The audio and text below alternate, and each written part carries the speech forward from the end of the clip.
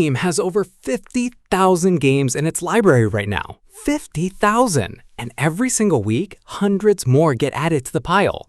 For gamers, that should feel like paradise. But more often than not, it just feels overwhelming. Where do you even start? What's actually worth your time? What's a hidden gem? And what's just another forgettable title dressed up with a pretty trailer? Finding the best Steam has to offer in 2026 feels like a full-time job, unless someone does the work for you. Today, that's exactly what we've done. We've dug through the noise, cut through the hype, and pulled out the games that genuinely deserve a spot in your library right now. These are the best Steam games you absolutely need to be playing in 2026.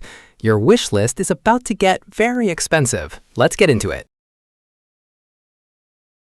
Supergiant Games did the impossible twice. They made a sequel to one of the best roguelikes ever and somehow topped it. Since its full release, Hades 2 has swept Game of the Year awards and expanded to every major platform, bringing Molino's fight against the Titan of Time to more players than ever. You're not escaping the underworld this time, you're hunting through it, wielding dual daggers, hexes, and witchcraft instead of just godly boons. The story unfolds differently depending on how you die, who you talk to, and what you're willing to sacrifice along the way.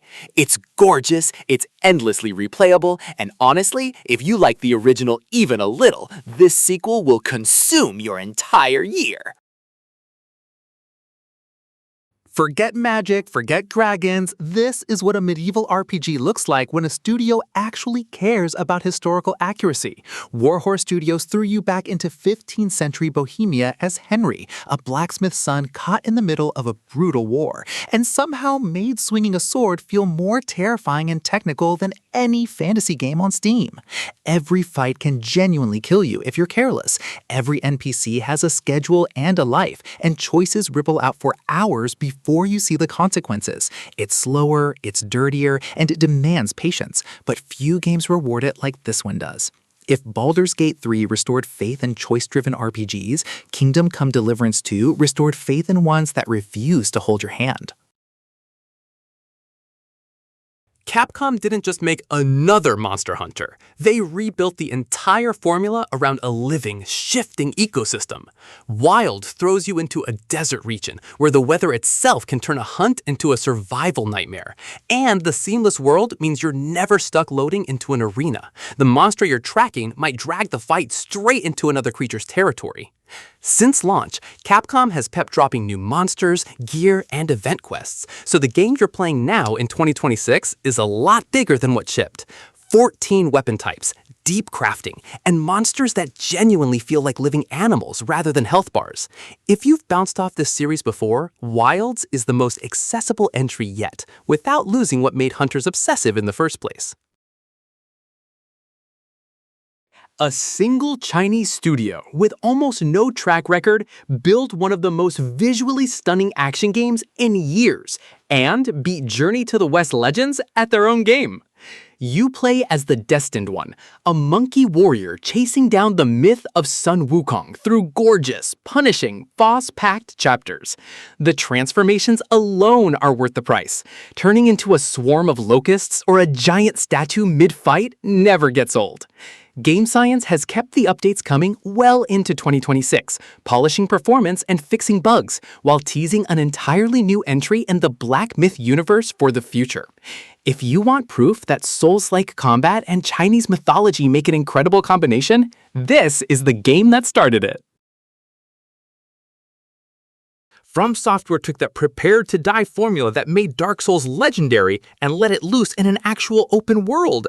And somehow, it worked even better. The Lands Between is dense with secrets, legendary weapons hidden behind optional bosses, entire storylines you can miss completely on your first playthrough. With the Shadow of the Erdtree expansion now fully folded to the experience, this is a genuinely massive game, easily 50+ hours before you've even scratched the surface. It's brutal, it's unfair in the best way, and it will make you feel like a genius the moment you finally land that kill after your 20th attempt.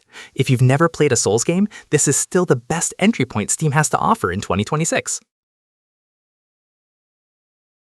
3 acts, thousands of hours, and somehow almost every single choice actually matters. Baldur's Gate 3 didn't just revive the CRPG genre, it proved turn-based tactical combat could sell tens of millions of copies and still feel personal. You can talk your way out of fights, seduce a vampire lord, turn into a bear mid-conversation, or just set everything on fire and see what happens. Larian built a game so reactive that speedrunners are still finding entirely new paths through it years later.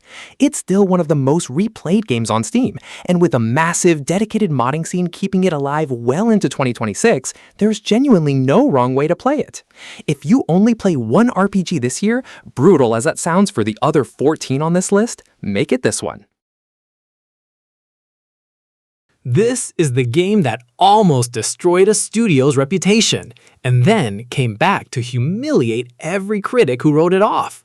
Phantom Liberty isn't just an expansion, it's the reason Cyberpunk 2077 is now considered one of the greatest RPGs ever made on Steam. You're dropped into Dogtown, a walled-off war zone inside Night City, playing spy games with a president who trusts nobody, least of all you. Idris Elba's Solomon Reed will make you question every choice you make. Combined with a massive 2.0 overhaul, rebuilt skills, smarter police, a perk system that actually rewards your playstyle, this is not the broken launch you remember. If you skipped it in 2020 because of the horror stories, 2026 is the year to go back. Night City has never looked or played this good. Capcom had one shot at remaking one of the most beloved horror games ever made, and they didn't just meet expectations, they rebuilt the entire game smarter. Leon's rescue mission in a cult-infested Spanish village hits differently now, with modernized combat, a knife that actually matters for parrying, and Ashley finally being useful instead of a walking escort mission. The atmosphere is thicker, the village siege still terrifies on replaythroughs, and the added Separate Ways campaign gives you a whole second perspective on the story. This is what a remake should look like, respecting the original while fixing literally everything that aged badly. If horror action is your thing, this belongs at the very top of your 2026 backlog. This isn't a shooter, it's a full-contact sport disguised one. Doom Eternal punishes you for hiding behind cover. You're constantly moving, juggling chainsaw fuel, flame belches, and ammo management while ripping demons apart in mid-air combos that feel more like a fighting game than an FPS. The soundtrack alone turns every big encounter into an adrenaline spike, and the difficulty curve forces you to actually learn the game instead of just spraying bullets. With Doom: The Dark Ages now out and expanding the universe even further, there's never been a better time to catch up on Eternal first and see exactly how the Slayer became the icon he is. Loud, relentless, and still one of the best shooters ever made. Pinocchio, but he's a killing machine fighting through a collapsing, blood-soaked Belle Epoque city, and it works far better than it has any right to. Lies of P takes the Souls-like formula and adds a genuinely clever weapon crafting system, letting you mix and match blades and handles to build something nobody else's playthrough looks like. The story leans hard into the what does it mean to become human theme, and it earns every dark twist along the way. Since launch, the developers have kept expanding the experience with new content, proving this wasn't a one-hit wonder built purely on a gimmick. If you thought a Pinocchio Souls-like sounded ridiculous, that's exactly why you need to actually play it. From Software's most punishing, most precise game, and honestly, their most respected among hardcore fans. Forget builds and leveling up strength, Sekiro is pure sword-fighting mastery. You're parrying, not dodge rolling, and every boss fight is a rhythm game where one mistimed block can end the run instantly. The Arma prosthetic tools add just enough variety to keep fights from feeling repetitive, but make no mistake, this game is about you getting better, not your character getting stronger. It's shorter and tighter than Elden Ring, with none of the open-world padding, just pure, focused combat from start to finish. If you've ever wanted to feel like an actual ninja instead of a walking tank, this is still the sharpest experience on Steam.